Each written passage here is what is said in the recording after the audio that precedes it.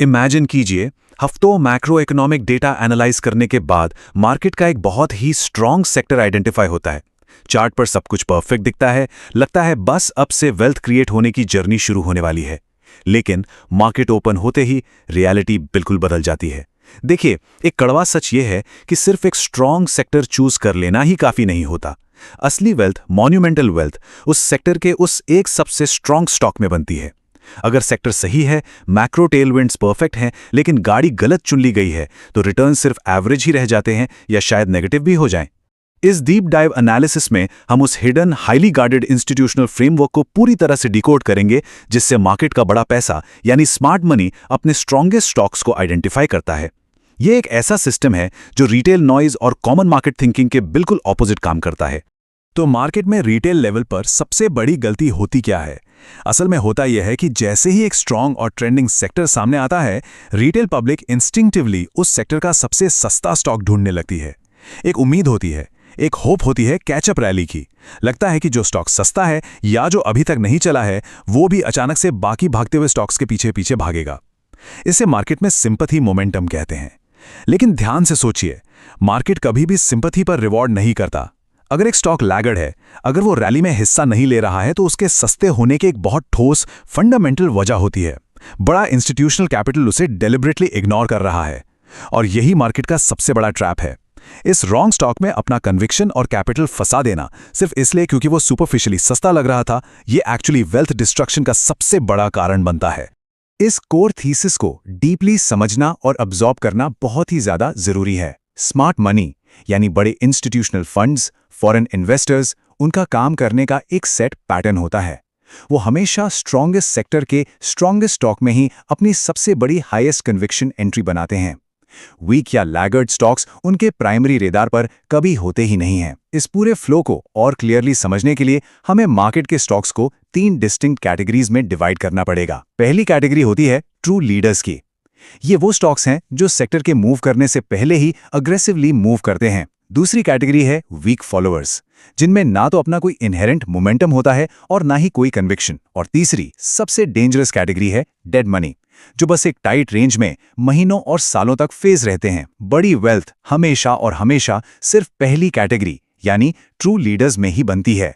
अगर हम market psychology को थोड़ा डीपली ऑब्जर्व करें, तो रिटेल पब्लिक और स्मार्ट मनी के माइंडसेट में एक बहुत बड़ा, बहुत क्लियर चश्मा दिखाई देता है।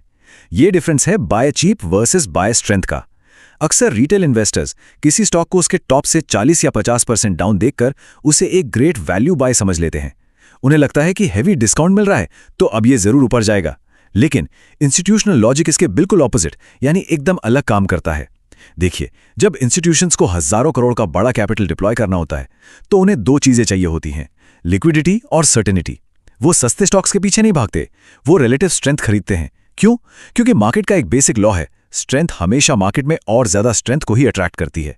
जो चीज स्क्रीन पर सस्ती लग रही है, वो अक्सर किसी हिडन फंडामेंटल वीकनेस या मैनेजमेंट इशू की वजह से ही सस्ती होती है। तो अब हम आते हैं इस डीप इंस्टीट्यूशनल फ्रेमवर्क के पहले और सबसे क्रूशियल पिलर पर, जो है रिलेटिव स्ट्रेंथ।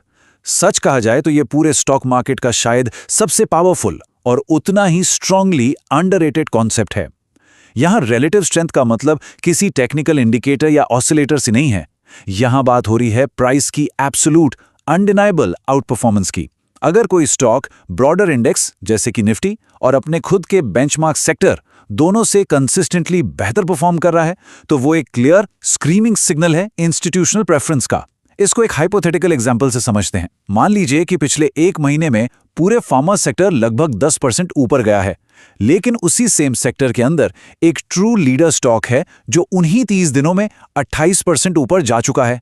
ये जो एक्स्ट्रा आउटसाइज्ड मूव है, एग्जैक्टली यही रिलेटिव स्ट्रेंथ है। ये गैप क्लियरली बता रहा है कि स्मार्ट मनी का फ्लो असल में कहां पर फोकस्ड है। इस रिलेटिव स्ट्रेंथ के कॉन्सेप्ट को हवाई बातों से निकालकर एक रियल वर्ल्ड साइकिल के एग्जाम्पल से ग्राउंड करके देखते हैं।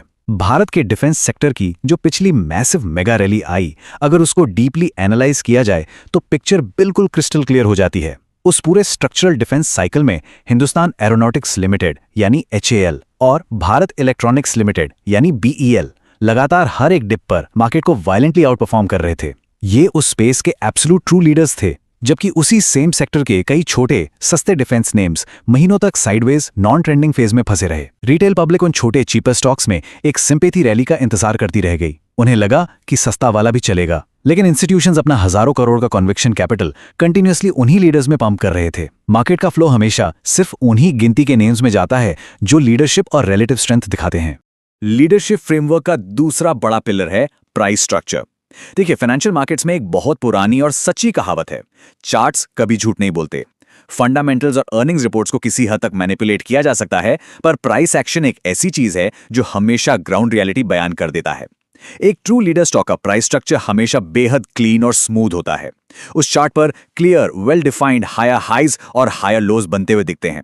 ट्रेंड एक स्मूथ रिदम में होता है और जो पुलबैक्स आते हैं वो शैलो और हाईली कंट्रोल्ड होते हैं। दूसरी तरफ एक लैगर्ड स्टॉक का स्ट्रक्चर देखिए, वो पूरी तरह केओटिक और मेसी होता है। वहां बार बार मेजर रेजिस्टेंस लेवल से हेवी रिजेक्शंस मिलते हैं। रिटेल ट्रेडर्स अक्सर उस वीक चॉपी बाउंस को एक नया ब्रेकआउट समझकर ट्रैप हो जाते हैं, जबकि मार्केट बता रहा होता है कि वहां इंस्टीट्यूशनल कन्विक्शन एक्चुअली बिल्कुल जीरो है। एक क्लीन ट्रेंड ही एक्यूमुलेशन का सबसे बड़ा प्रूफ होता है। तीसरा पिलर है वॉल्यूम बिहेवियर, जिसे मार्केट का सबसे बड़ा ट्रूथ टेलर कह सकते हैं। देखिए, स्मार्ट मनी चाहे कितनी भी शांति से, कितनी भी क्वाइटली अपना अक्यूमुलेशन क्यों ना करे, उनके ऑर्डर साइजेस इतने मैसिव होते हैं कि वो वॉल्यूम बार्स में अपने क्लियर निशान छोड़ ही जाते हैं। उन फुटप्रिंट्स को छुपाना इम्पॉसिबल है। एक ट्रू लीडर स्टॉक में वॉल्यूम का एक बहुत ही स्पेसिफिक पैटर्न होता है। जब भी प्राइस का ब्रेकआउट होता है तो वॉल्यूम में एक मैसिव एबनॉर्मल स्पाइक आता है जो रॉ बाइंग अग्रेशन को डिस्प्ले करता है। लेकिन असली गेम तब समझ आता है, सबसे बड़ा क्लू तब मिलता है जब स्टॉक एक्चुअली एक पुल बैक लेता है। एक ट्रू लीडर में रेड कैंडल्स पर यानी डाउन डेज पर वॉल्यूम अचानक से ड्राई हो जाता है, बिल्कुल नेग्लिजिबल हो जाता है। ये एक बहुत ही क्लियर इशारा है कि हायर लेवल्स पर सप्लाई पूरी तरह डेड है। कोई भी बड़ा प्लेयर, कोई भी इंस्टीट्यूशनल हैंड वहां अपनी पोजीशंस ऑफलोड नहीं कर रहा है। इस एग्जैक्ट वॉल्यूम बिहेवियर को अगर हिस्टोरिकली ट्रैक किया जाए तो इंडियन रेलवे स्टॉक्स की पिछली मॉन्यूमेंटल रैली एक perfect text book case study की तरह उभरकर सामने आती है। आरवीएनएल और आईआरएफसी जैसे लीडर्स के चार्ट्स को अगर आप ध्यान से देखें तो उस पूरे हिस्टोरिक रनअप के दौरान कंटिन्यूअसली दिन ब दिन हाई पार्टिसिपेशन वॉल्यूम कैंडल्स दिखाई दी थी। ये कोई आम रिटेल बाइंग नहीं थी जो एक दिन आती है और अगले दिन फेड हो जाती है। ये एक सस्टेन्ड हैवी वॉल्यूम एक्सपेंशन था जो हफ्तों और महीनों तक अनइंटरप्टेड चला। जब ऐसा लगातार रिलेंटलेस बढ़ता हुआ वॉल्यूम एक clean higher high price structure के साथ कंबाइन होता है तो समझ लीजिए कि वो कोई रिटेल फ्रेंजी या न्यूज बेस्ड स्पाइक नहीं है। वो एक मैसिव स्ट्रक्चरल इंस्टीट्यूशनल शिफ्ट होता है। और यही वो एग्जैक्ट पॉइंट है जहां छोटे मोटे लैगेड स्टॉक्स पूरी तरह फेल हो जाते हैं, क्योंकि उनमें ऐसी डीप वॉल्यूम बैकिंग होती ही नहीं है। अब इस पॉइंट पर एक बहुत ही डीप और क्रिटिकल सवाल उठता है जो मार्केट को देखने का पूरा पर्सपेक्टिव ही चेंज कर देगा। आखिर क्यों रिटेल पब्लिक हमेशा चीपनेस यानी सस्तेपन के पीछे भागती है, जबकि स्मार्ट मनी हमेशा और सिर्फ सर्टेनिटी हंट करता है? रिटेल का पूरा फोकस अक्सर लो पी रेशियोज या 52 वीक लोज पर होता है, लेकिन दूसरी तरफ सोचिए इंस्टीट्यूशनल फंड मैनेजर्स के बारे में, जिनके पास मार्केट में डिप्लॉय करने के लिए हजारों करोड़ होते हैं। उनके लिए किसी स्टॉक का स्क्रीन पर एक्सपेंसिव या ओवर वैल्यूड दिखना कोई रियल प्रॉब्लम नहीं है। शर्त सिर्फ ये है कि उसके पीछे अर्निंग्स की डीप, रिलायबल विजिबिलिटी और स्ट्रॉन्ग बिजनेस मोट होनी चाहिए। असल में एक ट्रू लीडर स्टॉक स्टार्ट में ही थोड़ा महंगा दिखता है और उसके महंगे होने का एक बहुत ठोस रीजन होता है। इंस्टीट्यूशंस उस फ्यूचर सर्टेनिटी के लिए, उस पीस ऑफ माइंड के लिए प्रीमियम वैल्यूएशन पे करने को हमेशा खुशी खुशी तैयार रहते हैं। चौथा पिलर जो इस फ्रेमवर्क को और भी स्ट्रांग बनाता है वो है करेक्शन स्ट्रेंथ। ये मार्केट का एक बेहद डीप और काफी अंडररेटेड कॉन्सेप्ट है। होता क्या है कि एक रेजिंग बुल मार्केट में जब सब कुछ अच्छा चल रहा होता है तो जनरली हर स्टॉक ऊपर जाता हुआ लगता है। उस वक्त आइडेंटिफाई करना मुश्किल होता है कि असली लीडर कौन है और वीक फॉलोअर कौन। लेकिन किसी भी स्टॉक की असली स्ट्रेंथ सिर्फ तब टेस्ट होती है जब ब्रॉडर मार्केट में अचानक से कोई बड़ा पैनिक आता है। जब मैक्रो इंडेक्स हेवीली करेक्ट कर रहा होता है, रेड में होता है, उस एग्जैक्ट वक्त एक्चुअली ट्रू डिमांड सामने आती है। एक strong leader stock market panic में ब्रॉडर इंडेक्स के कंपैरिजन में बेहद कम गिरता है। वो अपने की सपोर्ट लेवल्स को फियर्सली डिफेंड करता है और जैसे ही मार्केट में थोड़ी भी शांति आती है, सेलिंग प्रेशर रुकता है, वो स्टॉक सबसे पहले और सबसे तेजी से रिकवर करके फ्रेश नए हाइज बना देता है। मार्केट में शायद सबसे बड़ा धोखा हरे रंग में यानी ग्रीन कैंडल्स में छुपा होता है। जब मार्केट ग्रीन होता है, टॉप गेनर्स लिस्ट चमक रही होती है तो इमोशंस पीक पर होते हैं, ग्रीड हाई होती है। लेकिन क्या आप जानते हैं कि स्मार्ट मनी का असली खेल रेड कैंडल्स में पकड़ा जाता है? असली इंस्टीट्यूशनल बिहेवियर तब निकलकर सामने आता है जब निफ्टी या सेंसेक्स एग्रेसिवली करेक्ट कर रहे हों। उस वक्त स्क्रीन को क्लोजली ऑब्जर्व करना चाहिए। क्या स्टॉक पर सेलिंग वॉल्यूम जेन्युइनली हाई है? क्या स्टॉक इजीली अपने क्रूशियल सपोर्ट्स तोड़ रहा है? अगर ब्रॉडर मार्केट 2% डाउन ब्लीड कर रहा है पर एक स्पेसिफिक स्टॉक जमीन पकड़कर फर्मली खड़ा है, शायद सिर्फ आधा % गिरकर अपने दिन के हाई के आसपास कॉन्फिडेंटली क्लोज हो रहा है, तो वो रेड डे एक्चुअली वीकनेस नहीं है, वो मैसिव इंटरनल स्ट्रेंथ और डीप इंस्टीट्यूशनल बाइंग का डिस्प्ले है। असली डिमांड हमेशा रेड डेज पर ही डिस्कवर की जाती है। पांचवां और सबसे एडवांस्ड पिलर है नैरेटिव लीडरशिप। इसे समझना थोड़ा एब्स्ट्रैक्ट जरूर हो सकता है, पर बड़ा पैसा समझने के लिए यह बहुत जरूरी है। मैसिव इंस्टीट्यूशनल कैपिटल को ग्लोबली डिप्लॉय होने के लिए सिर्फ नंबर्स और स्प्रेडशीट्स नहीं, एक पावरफुल स्टोरी, एक नैरेटिव चाहिए होता है। बड़ा पैसा किसी अननोन ऑब्सक्योर मिड कैप में लॉक नहीं होता, चाहे उसके ट्रेलिंग फाइनेंशियल्स कितने भी अच्छे क्यों ना हो। उन्हें एक ऐसा लॉन्ग टर्म नैरेटिव चाहिए जो ग्लोबल मैक्रो एनवायरनमेंट से परफेक्ट मैच करे। हर नए मार्केट साइकिल का एक डिस्टिंक्ट नैरेटिव लीडर होता है। जैसे अगर हम हिस्टोरिकल आईटी बूम को याद करें तो वहां टाटा कंसल्टेंसी सर्विसेज और इन्फोसिस उस नैरेटिव के एब्सोल्यूट क्लियर लीडर्स थे। ग्लोबल इंस्टीट्यूशनल फंड्स ने सबसे पहले अपना लिक्विडिटी इन्हीं नैरेटिव लीडर्स में अग्रेसिवली पार्क किया, क्योंकि यहां फ्यूचर विजिबिलिटी और मार्केट लिक्विडिटी दोनों ही उनके हाईएस्ट सर्टेनिटी लेवल पर थे। और ठीक इसी पॉइंट पर यहीं से शुरू होता है मार्केट का सबसे खतरनाक, सबसे हेविली इंजीनियर्ड साइकोलॉजिकल ट्रैप, जिसे हम ऑफिशियली द रिटेल ट्रैप कहते हैं। होता एक्चुअली ये है कि जब एक नैरेटिव लीडर ऑलरेडी बहुत बड़ा और फास्ट मूव दे चुका होता है तो वो स्क्रीन पर विजुअली महंगा दिखने लगता है। यहां आम इन्वेस्टर को एक रिग्रेट होता है कि ये मैसिव रैली तो मिस हो गई, अब इन लेवल्स पर एंट्री लेना रिस्की है। और उसी मिस्ड अपॉर्चुनिटी वाले रिग्रेट के चलते सेक्टर का एक weak, historically lower quality laggard stock pick कर लिया जाता है। ये अजम्पशन होता है कि अब इस छोटे स्टॉक की बारी है। कभी कभी एक क्विक शॉर्ट टर्म ट्रेड निकल भी जाती है, लेकिन सस्टेनेबल कंपाउंडिंग वेल्थ वहां कभी नहीं बनती। सस्टेनेबल वेल्थ हमेशा और हमेशा लीडर ही क्रिएट करता है, क्योंकि वहां स्मार्ट कैपिटल का इनफ्लो लगातार और रिलेंटलेस होता है। तो अब इस पूरे डीप थ्योरी और सिस्टम को एक एक्शनेबल, हाईली प्रैक्टिकल फ्रेमवर्क में पिरोते हैं। ये वो अल्टीमेट 5 स्टेप इंस्टीट्यूशनल फ्रेमवर्क है। स्टेप 1, मैक्रो डेटा के बेसिस पर मार्केट का सबसे strong, highly trending sector identify करना। स्टेप 2, उस स्पेसिफिक सेक्टर के अंदर स्ट्रिक्ट फिल्टर्स लगाकर उन स्टॉक्स को आइसोलेट करना जो हाईएस्ट रिलेटिव स्ट्रेंथ दिखा रहे हैं। स्टेप 3, उनके वॉल्यूम बिहेवियर का डीप फोरेंसिक एनालिसिस करना, ये देखना कि क्या ब्रेकआउट पर जेन्युइन इंस्टीट्यूशनल कन्विक्शन है या सिर्फ नॉइज। स्टेप 4, एक क्लीन, स्मूथ प्राइस स्ट्रक्चर और हायर हाइस का एस्टैब्लिश ट्रेंड वेरीफाई करना। और फाइनली स्टेप 5, उनकी करेक्शन स्ट्रेंथ को क्लोजली ऑब्जर्व करना जब ब्रॉडर मार्केट पैनिक मोड में हो। जब एक सिंगल स्टॉक इन 5 पिलर्स पर एक साथ परफेक्टली अलाइंड होता है तो बिना किसी डाउट के वही एग्जैक्ट स्मार्ट मनी का प्राइम टारगेट होता है। फ्रेमवर्क और डीप थ्योरी समझ लेना एनालिसिस का सिर्फ एक हिस्सा है, लेकिन लाइव ब्रीदिंग मार्केट में एग्जीक्यूशन एक बिल्कुल ही अलग और ज्यादा डिमांडिंग गेम है। इसलिए एग्जीक्यूशन का सबसे बड़ा और अनकॉम्प्रोमाइजिंग रूल है पेशेंस, यानी धैर्य। एक बार जब लीडर स्टॉक इन 5 पिलर से फिल्टर होकर क्लियर हो जाए तो सबसे बड़ी गलती होती है फोमो, यानी फियर ऑफ मिसिंग आउट में आकर टॉप पर अंधाधुन एंट्री ले लेना। एक सीजन्ड प्रोफेशनल की तरह बिल्कुल कोल्ड और शांत दिमाग से सही वक्त और सही प्राइस एक्शन का इंतजार करना होता है। वो सही वक्त एक शैलो, हेल्दी पुलबैक हो सकता है या एक लंबा, बोरिंग साइडवेज कंसोलिडेशन पीरियड हो सकता है। इंस्टीट्यूशंस हमेशा मार्केट के इन्हीं शांत, लो वॉलेटिलिटी फेजेस में क्वाइटली अक्यूमुलेट करते हैं।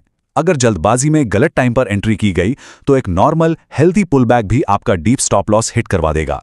पेशेंस असल में रिस्क मैनेजमेंट का ही दूसरा नाम है। सही एंट्री सक्सेसफुली लेने के बाद फेज शुरू होता है ट्रेड मैनेजमेंट का, जहां एक्चुअली एक ट्रेडर के माइंडसेट और साइकोलॉजी का फाइनल अल्टीमेट टेस्ट होता है। यहां 2 बिल्कुल अलग अप्रोचेस हैं। एक तरफ है वो टिपिकल रिटेल बिहेवियर जो बहुत थोड़े से प्रॉफिट में जल्दी से एग्जिट ढूंढने लगता है। लीडर स्टॉक थोड़ा ऊपर गया और डर के मारे प्रॉफिट बुक कर लिया गया, ये सोचकर कि कहीं प्रॉफिट वापस न चला जाए। दूसरी तरफ है डीप इंस्टीट्यूशनल माइंडसेट। बड़ा पैसा मार्केट में छोटे इंट्राडे स्विंग्स कैप्चर करने नहीं आता, वो एक स्ट्रक्चरल मेगा ट्रेंड को पूरी तरह राइड करते हैं। अगर एक स्टॉक उनके 5 पिलर फ्रेमवर्क पर खरा उतरा है तो वो उस ट्रेंडिंग लीडर को हफ्ते, महीने नहीं बल्कि सालों तक होल्ड करते हैं। छोटे प्रॉफिट्स बुक करना इमोशनली सैटिस्फाइंग लग सकता है, लेकिन एक स्ट्रॉन्ग वाइल्ड ट्रेंड पर कन्विक्शन के साथ बने रहना ही massive life changing wealth generate करता है। अब वक्त आ गया है मार्केट को और उन कॉम्प्लेक्स चार्ट्स को देखने के नजरिए को पूरी तरह से रीसेट करने का। अब सिस्टम पर बैठकर यह सवाल पूछना कंप्लीटली बंद करना होगा कि इस सेक्टर में अब सबसे सस्ता स्टॉक कौन सा बचा है। पूरा डीप डेटा, पूरा एनालिसिस और प्योर चार्ट्स अब सिर्फ और सिर्फ एक प्रिसाइज सवाल का जवाब ढूंढने के लिए फोकस होने चाहिए। इस पूरे सेक्टर का एक्चुअल अनडिनाएबल ट्रू लीडर कौन सा है? किस स्टॉक में सबसे ब्रूटल रिलेटिव स्ट्रेंथ है? किसका वॉल्यूम एक्यूमुलेशन सबसे रोबस्ट है? किसका प्राइस स्ट्रक्चर सबसे फ्लॉलेस है? क्योंकि याद रखिए, चाहे मार्केट कितना भी वॉलेटाइल क्यों ना हो, वो हमेशा और सिर्फ स्ट्रेंथ, क्लियर लीडरशिप और प्योर इंस्टीट्यूशनल कन्विक्शन को ही डिस्प्रोपोर्शनेटली रिवॉर्ड करता है। बाकी की सारी टेक्निकल डिटेल्स और चीप वैल्यूएशन मैट्रिक्स सिर्फ और सिर्फ मार्केट का नॉइज है। ये शिफ्ट कोई छोटी मोटी स्ट्रैटेजी चेंज नहीं है, ये एक्चुअली एक अल्टीमेट साइकोलॉजिकल ट्रांसफॉर्मेशन है। एक ऑर्डिनरी रैंडम स्टॉक पिकर रहने से लाख गुना बेहतर है एक एलीट लीडरशिप हंटर बन जाना। जब एक बार ये ग्राउंड रियलिटी डीपली एक्सेप्ट कर ली जाती है कि मार्केट का सबसे बड़ा अल्फा यानी इंडेक्स को मैसिवली बीट करने वाला आउटसाइड रिटर्न सिर्फ और सिर्फ मार्केट की कोर लीडरशिप में ही छुपा होता है, तब कैपिटल एलोकेशन की पूरी स्ट्रैटेजी ही फंडामेंटली बदल जाती है। लैगर्ड्स, पेनी स्टॉक्स और फंडामेंटली वीक चीप स्टॉक्स का मोह हमेशा के लिए छूट जाता है। जब एक स्ट्रॉन्ग सेक्टर की मैसिव तेजी, एक टॉप स्टॉक की एब्सोल्यूट लीडरशिप और परफेक्ट मैक्रो टाइमिंग ये सब एक साथ अलाइन होते हैं, तब मार्केट एक गेसिंग गेम नहीं रहता, वो एक highly structured, deeply data backed institutional process बन जाता है जिसे बार बार रेप्लिकेट किया जा सकता है। तो इस पूरे डीप एनालिसिस और फ्रेमवर्क से यह एकदम क्लियर हो चुका है कि मार्केट का ट्रू लीडर स्टॉक एक्चुअली कैसे आइडेंटिफाई होता है। लेकिन एक बहुत बड़ी सच्चाई यह भी है कि ट्रू लीडर को सिर्फ पहचानना जर्नी का एक हिस्सा है। सबसे बड़ा अल्फा, सबसे ज्यादा प्रॉफिट उस लीडर में बिल्कुल perfect, low risk, early entry लेने में छुपा होता है। जरा सोचिए, क्या हो अगर इन बड़े इंस्टीट्यूशनल फुटप्रिंट्स को ठीक तब आइडेंटिफाई किया जा सके जब वो बहुत ही क्वाइटली बेस लेवल्स पर बिल्ड हो रहे होते हैं, एक मैसिव एक्सप्लोसिव पब्लिक ब्रेकआउट आने से ठीक पहले कि वो शांत कंसोलिडेशन कैसे कैच की जाए। अगले डीप डाइव एक्सप्लेनर में हम चार्ट ट्रेडिंग के और डीप लेयर्स में जाएंगे और उस exact precise early entry system को डिकोड करेंगे। तब तक के लिए अपने चार्ट्स को एक बिल्कुल नए नजरिए से देखिए और खुद से पूछिए, आप मार्केट में क्या हंट कर रहे हैं, वीक लैगर्ड्स या ट्रू लीडर्स।